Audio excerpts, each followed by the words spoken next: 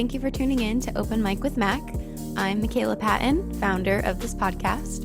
This week's guest is an artist that I deeply admire. She is a fantastic actress as well as a beautiful person inside and out.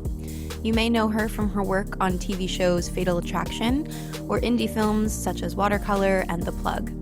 It's with great pleasure I introduce my good friend, China Green. Hi, how are you? I'm doing well, Mac. How are you? Good, thank you. Thank you so much for joining us today. Thank you for having me. I'm so excited. Yes. So obviously 2020 has been kind of crazy, right, for everybody. How have you managed through COVID as an artist, and how has it affected you? So COVID has been crazy. Definitely unexpected and just a whirlwind of kind of rearranging and emotions. At first we were really, really nervous because my daddy had a crazy surgery, and, you know, with him going back and forth to the hospital and just out in the world, it kind of made us all nervous if everything's going to be safe and okay for him. So we've been kind of playing it much more safe, I think, than most people have with, you know, social distancing and staying inside. Mm-hmm. But aside from that, COVID has also opened up a lot of dormant gifts and talents that I had that I kept putting on the back burner before COVID. So I think it's got me into my poetry again, my writing. I finally finished a short film that I wrote that I always said, you know, I'm going to have time later. Let's do it another time. And then COVID was like, nah, girl, you got time now. Yeah, you got nothing but time. Yes. So I felt good about that. That was awesome. I was like, okay, see what you can do when you have a lot of time on your hands. So yeah, that's amazing. it's been off and on craziness, but overall we've found the good in it as well. Yes, yeah, there definitely has been a lot of negative, but there has been a lot of positives too with all this extra time we've been given, for sure. Mm-hmm. So aside from your poetry and your writing, how else have you managed to stay creative during this time? Or any struggles that you've had maybe to stay creative? Yes. So before COVID, I went from, I feel like, getting booked and auditioning so frequently and getting work, and right. You know, I was on a good high. I feel yes, my career is starting to pop, and then it kind of reeled everything back a little bit. Of course, there was nothingness for a very, very long time. Mm-hmm. And during the time that there was nothing, you know, no filming or production happening, I actually reconnected with one of my old NYCDA acting teachers. How exciting. And yes, it was so nice. It reminded me of being back in school and just good vibes and good energy. And, you know, we forget some things when we don't take classes, you know, very often. So by me doing it almost every Tuesday and Thursday, it kind of reminded me of a few things I already knew about, and then rediscover things about me as a person, me as an actor. So that was really, really great. So I think getting back into my class was great. And then towards the end of being quarantined, I guess, things started to slowly pick back up. So, you know, just taking acting classes and trying to do monologues on my own in the middle of my room, you know, when you look in the mirror. Yeah, I see that you post that on Instagram. For those of you that follow China, and if you don't already, you should. Her is at China Monet Green. She always is posting different videos of her singing, doing poetry, and monologues, which are really awesome. Thank you. Yeah, of course. Appreciate that. So, knowing what you know now in 2020, how far we are, I guess we're at the halfway mark, right? Yeah. What advice would you give yourself back then at the beginning of this year? Right. So the beginning of 2020, I think I had all these big visions and goals for myself, but I didn't exactly have a plan to execute anything. And so I think the biggest thing that I would tell myself and any artist or person out there is just to always be ready and always be prepared, because you don't know what life may throw at you or what opportunities even may open for you. So just be ready, be prepared, and, you know, be able to be a adjustable person. When stuff happens, okay, adjust, even though, you know, you still are prepared, but Right. adjust as well. To go with the flow. Yeah. Go with the That's good. flow. Yeah. Yeah. Yeah. I like that. Go with the flow. So I always DM you and tell you all the time, but you are such a positive person. I love your posts so much because they're always something to do with meditation, or you're very spiritual. How have you managed to Mm-hmm. stay so positive? Like, I have not seen you post a negative a negative thing on your social media. So I think for me, it's just to always, find ways to be better. To like meditating, number one, is something that's definitely helped me a lot, aligned with praying. So between meditating and praying, it's revealed to me that in order for you to be a positive person, you have to always find ways that you can be better, but then also learn the importance of servicing and being of good service. So it's never about like China, you know what I mean? It's like always about how can I be of good service to everyone else? And then by putting that energy out there, that positive energy, or even that, that desire to give to other people, it comes right back, even if you wanted to or not. And so it's like positive energy right back to me. So it's like a continuous cycle of just, being a better person, finding ways to continue to grow, but then also being a person for people, for the other people. So that's what I would say was, how do I stay positive? I love That doesn't that. mean negativity doesn't happen. You have to find the positivity in the Right. negative. So, Mm, that is good advice. I love that. So, what, thank in you. terms of your art, can we look forward to? I've seen you post some things about some films coming out. Can you tell us a little bit more about that? Yes. Yes. So before COVID happened, I was filming some things. And one of the things is coming out on my birthday. I don't know if they did Yay. that on purpose. I like to think that they did. But Jealousy, it comes out August 20th. It's a short film that I'm in, and I love it because I finally get to be shown in a different light. I get to show like my goofiness a little bit and how silly I can be, and it's not so dramatic and a little Right. darker than usual, what I'm usually looking for. So I love it because it finally shows my versatility, just a hint of it. And it was a great experience also. So Jealousy comes out August 20th. You can follow them on Elite Films. That's their Instagram. So it's ELIITE Films. And yeah, that's where it'll drop. And then eventually I believe it'll transfer over to like YouTube or some other, media site for you guys to watch it. But aside from that, what else I have a lot of things Yeah, I've coming out, but seen. I'm not sure if I can Talk mention about it some just things yet. yet, but but the one for August 20th, I know I for sure can talk about. And I'm in a web series. I'm sorry. It's called Okay. Mr. Two. That's also going to come out the end of August as well. And Okay. you can watch that through a new streaming site. It's Okay. called watchactv.com. So it's Awesome. like, you've heard of Netflix and Hulu, but then there's now this called Watch ACTV. So Oh, cool. And yeah. so many different streaming services now. It's crazy. Yeah, seriously. That is awesome.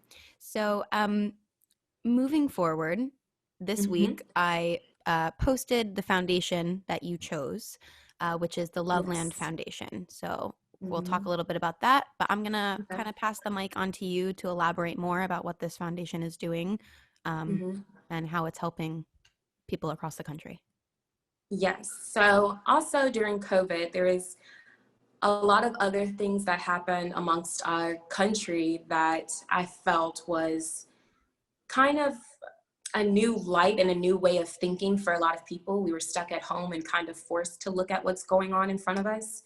And that was racism, police brutality, abuse of power. And I felt in every single time someone passed away by the hands, especially of a police officer, which is bewildering to me.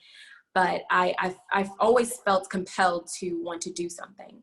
But I believe it was when I learned about the Breonna Taylor situation. It really struck a nerve for me and really struck home for me because she's from Louisville, Kentucky.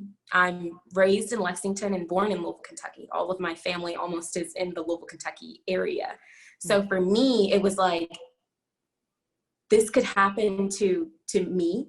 It could happen to my cousin, my aunt, my grandmother. And I just felt so compelled, like something must be done. We must actually make a real change. And in the midst of me researching how to start my own foundation, how to start my own movement, how to create a charity, I actually came across the Loveland Foundation. And it's a beautiful foundation. It was started only 2 years ago by Rachel Cargill. And basically their focus is to give people of color the opportunity and the guideway to healing, right? Because we're going through all this trauma. We're seeing people die in front of us like it's like a normal thing. We can now watch people actually being murdered. And we're dealing with all these things that's going on in our lives, even aside from, you know, people dying, just things that's happening in our communities and in our neighborhoods. And we're just kind of having to deal with it on our own. You know what I mean?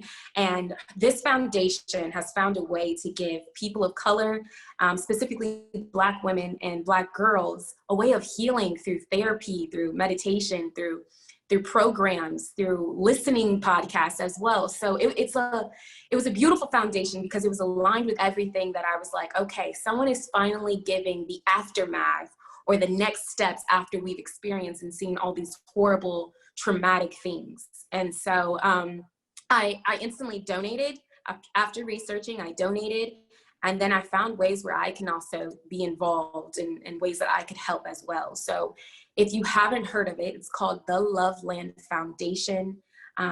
It's amazing because I'm a Black woman, of course, and I love that there's something out there, at least to my knowledge, that is finally giving attention to Black women and Black girls specifically. You know, they always say the most disrespected woman in America, or the most disrespected person in America is the Black woman. And I agree with that, unfortunately. So to give those tools in a community that might not, you know, have the resources or, you know, the knowledge or even the confidence to go to get some help, to me is beautiful. And so I have the link on my bio in my Instagram if anyone wants to take a look at the website and learn about it a bit by themselves on your own. Like, go ahead, take a look, and you'll see the beautiful things that they're doing. Yes, and the link is also in my Instagram bio as well, and it will be there until next Thursday. But yeah, this foundation is amazing. I think it's so important for people to have access to therapy. Sometimes if, you know, you don't have insurance, a lot of therapists don't take insurance, and sessions can be anywhere above $200 for one session. So that's so difficult, and that's a lot to ask of someone to have to pay for. So I saw on the website, actually, they're doing a fundraiser right now where they're trying to pay for up to 10 sessions for a select amount of girls. And I just think that's so incredible. 10 sessions is huge. Therapy is life-changing. You can't deny that. Oh, yeah. Yeah, it's important and it's needed and necessary, and they're doing great work. So yes, I'm so happy they that are. you chose this foundation. No problem, of course. I'm happy to have found it. Yeah. So I want to ask, are there any misconceptions maybe about this topic that you would like people to know about, that maybe are watching right now and they're not familiar with mental health, or, you know, the stigma around it, or, you know, anything of that nature? So a lot of people I've noticed, a lot of shame with, you know, mental health and with acknowledging it, you know. And I don't think I want to tell anyone out there that is going through a mental health issue, or someone that just is like, I need therapy, and it's not even necessarily about mental health. Go get the help that you need. There's no shame in it. It's actually, to me, so bold and courageous to say, I need help, and I'm going to do what I need to do to get help. So there should be no shame whatsoever with getting therapy, with talking with someone. Even, it doesn't have to be, you know, from a professional. If you feel I don't know, a little odd about going to professional, someone who doesn't know you. That can be Sometimes scary. I think, yeah, it can be. It's like I'm revealing all of my life to this stranger. But to me, that can also be kind of a beautiful thing. It's a way of connecting with someone who doesn't know you, that's not going to have a biased opinion, and someone you could just tell it all to, and then walk away, and then come back. I've got more for you, and walk away. Yeah, So dump it on them. just dump it. Yeah. That's what they love to do, and to help people through the process. So Right. do not be ashamed. And also, if you don't have a mental health issue, please educate yourself on people with mental health illnesses, issues, disorders, anything. It is nothing that I feel like you should be judgmental about. I think a lot of the world today is lacking compassion. And Yes. once you can go back to some compassion and have an understanding of someone that does not have the same mindset, background, or anything that you would have, I believe we can make some true healing around the world, to be honest, in general. So if you don't have a mental health issue or illness, educate yourself, learn about it, maybe talk to someone, or reach out to someone, or, join even like places like the Loveland Foundation to get educated about it and get a little bit of experience. So Yes. that's my spill on misconceptions and all that jazz. Yeah, I love that. Yeah, it definitely needs to be normalized, and the conversation needs to be had. And yeah. Yes. Wrapping up, I want to ask anyone that's watching, is there anything you would want them to know about China Green or about the foundation that we haven't already touched on? Right. So, again, you guys can follow me on Instagram. It's at China like the country, Monet like Janelle Monet, and Green like the color. There you can find my poetry. You can find the next thing I'm going to be doing. Yeah, just look all on my Instagram. And then also, please do your research. Go ahead and just scroll and, be curious about the website and the foundation. Again, the website is in my bio on my Instagram, so you can check it out and get a little bit of a feel for yourself. Yeah, it's amazing, guys. You really have to check it out. They're doing incredible work. Yes. So again, thank you so much for being my first guest. I'm so glad I got to Thank you chat for with you. having me. Thank you. I'm happy that you're doing this and that you're creating a safe place of conversation, and also the exposure of artistry. It's like full circle for everything that I love. The conversation about what needs to be said, and then also artistry. So thank you, Mac, for creating this, for asking me, for having me. This is beautiful. So thank you. No, thank you. I hope you take care and tell Rome hello for me. All right. I will. All right. See you later. Alrighty. Bye. Bye. Hello, I'm China Green, and this is Open Mic with Mac.